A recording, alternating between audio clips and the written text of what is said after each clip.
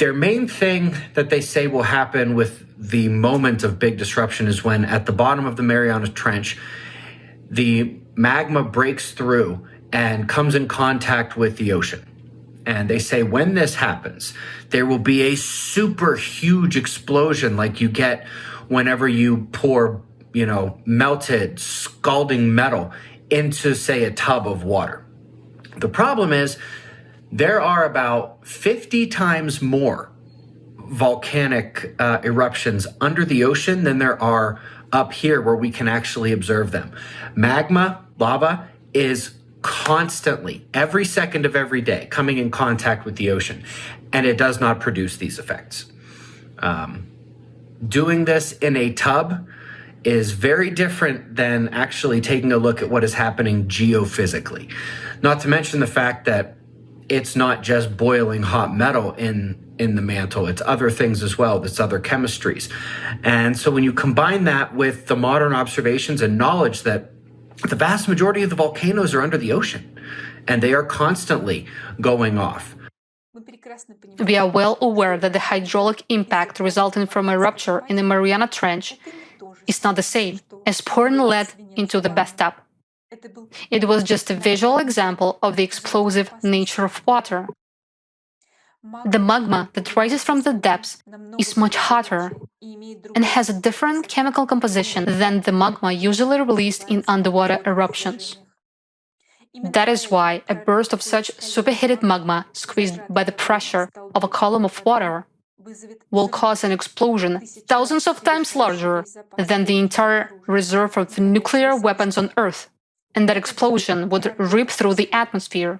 And to prove it, here is an article that came out 9 days after the forum. You have all heard about the Hunga Tonga Hunga Hapai volcanic eruption that took place in January last year. Well, only now have researchers recognized the fact that this was the most powerful eruption ever recorded in the lifetime of our civilization. Think about it, the most powerful ever recorded. This eruption reached a record high altitude, and it was the first breach into the mesosphere that scientists have ever seen. The mesosphere starts at an altitude of 50 kilometers, and the volcano spewed gases and ash to the altitude of 57 kilometers in the highest part. Moreover, this was simply the eruption of underwater volcano. Why did this happen? Firstly, the researchers noted that lava of this composition had not previously emerged in the previous Tonga eruptions of 2009 and 2014. In the previous eruptions, magma was trapped in an intermediate chamber. This time, however, fresh magma rose quickly, not wasting time on chemical changes. The new magma had a large number of bubbles and was hotter and more reactive. And secondly, there was a stratum of water over the volcano. According to Professor Kulakov, who studies geodynamic and mental processes, water is the most explosive substance on Earth.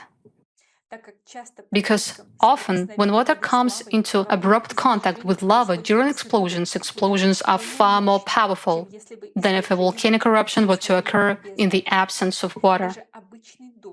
Even ordinary rain increases the explosiveness of an eruption. For example, rains triggered the eruption of Kilauea in 2018. So imagine if millions of cubic meters of superheated magma were to meet millions of cubic meters of water inside Mariana Trench. If even a regular eruption is already ripping through the mesosphere these days. And you know what is the scariest thing? That there is already increasing seismic and magmatic activity around the Mariana Trench. Take a look. The forum was held on November 12, 2022. Only 2 days after the forum, on November 14, the U.S. Geological Survey announced that underwater volcano Ahai, part of a volcanic arc in the northern Mariana Island, has started erupting in mid-October. This indicates that magma is already ascending. And so a month and a half has passed. And on January 16, not far away from Japan, along the same tectonic zone with the Mariana Arc, there occurred a powerful earthquake of magnitude 6.3. The hypocenter lay at a depth of 409 kilometers. And on the same day, a bit to the south along the fault, the Shinoshima volcano became active. Usually, when the magma bursts to the surface, it causes a swarm of small focused earthquakes. But now, earthquakes are already provoking eruptions, which means that the pressure in magma chambers is so high that any wobbling causes lava outpours. Now imagine the imbalance will increase and thousands of earthquakes will occur in thousands of places. And this is millions per day. This is already the reality of our tomorrow. The earth will tremble under our feet, and we will not get away from it. It is scary to think what will happen then with volcanic activity. Imagine if this deep focus earthquake happened lower down in the Mariana Trench.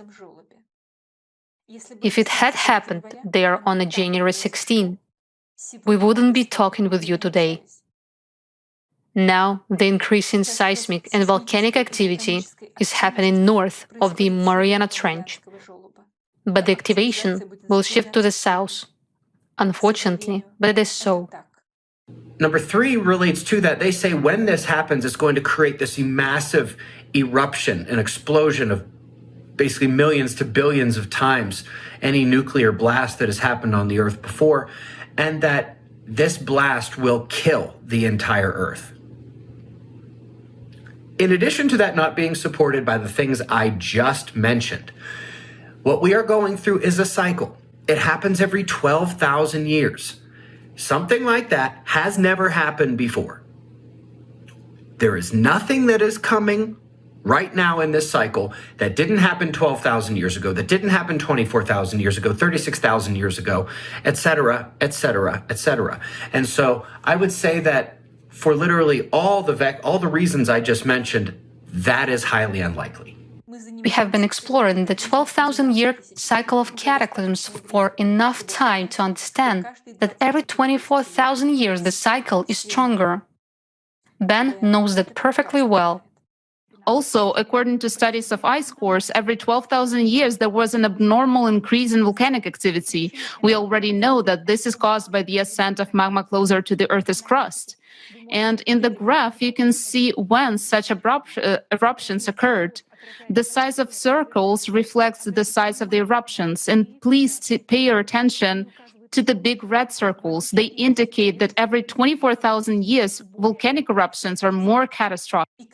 And as we've said, besides the fact that now it is a 24,000-year cycle, humans really ruined the planet, which killed the compensatory mechanisms of the planet, the mechanisms that allowed our planet to go through past cycle.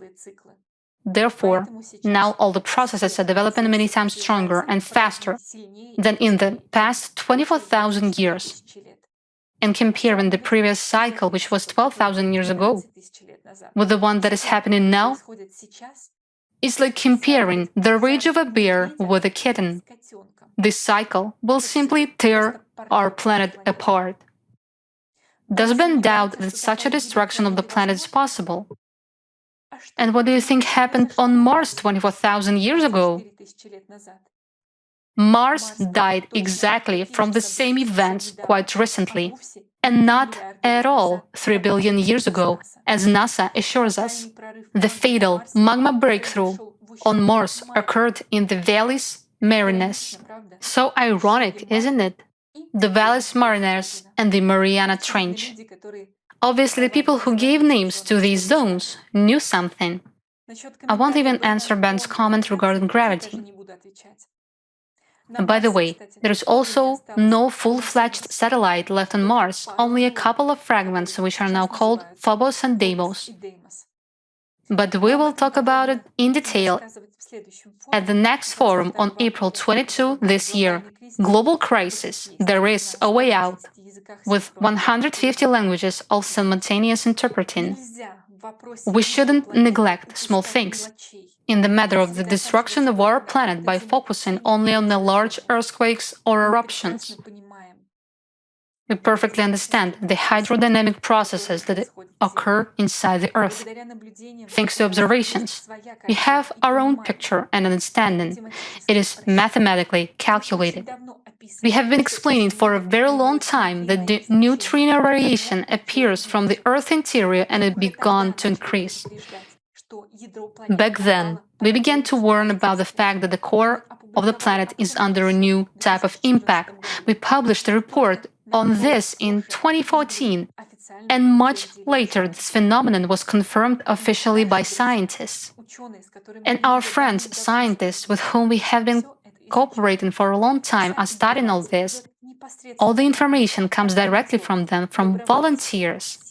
All the facts are verified. We are not taking it out of nowhere. We have answered many of these questions in the forum. This is not a dispute, we are just explaining. Ben Davidson is one of the smartest people who deals with the cycle. If one of the smartest people doesn't understand this, then this is not clear to others. That's why I thought it was important to respond.